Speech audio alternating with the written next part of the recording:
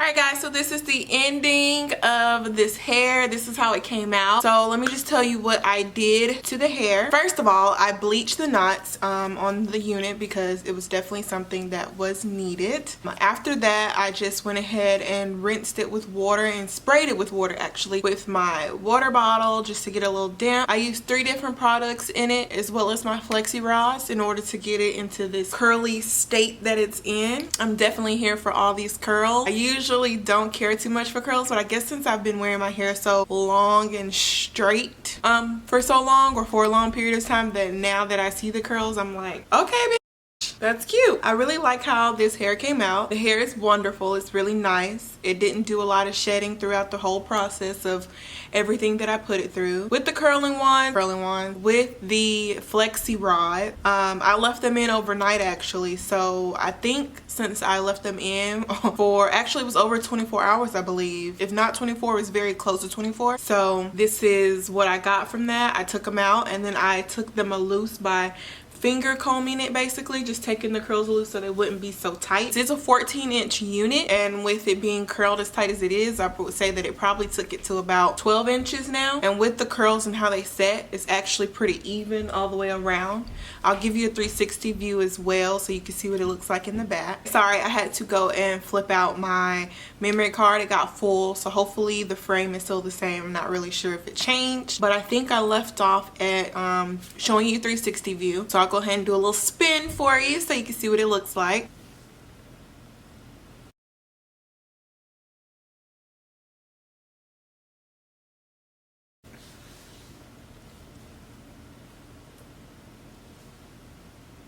Granted, with FLEXI rods, it probably will drop a little bit more. So right now you're getting a very tight curl vibe from it, but I do think with the FLEXI rods it probably will drop eventually.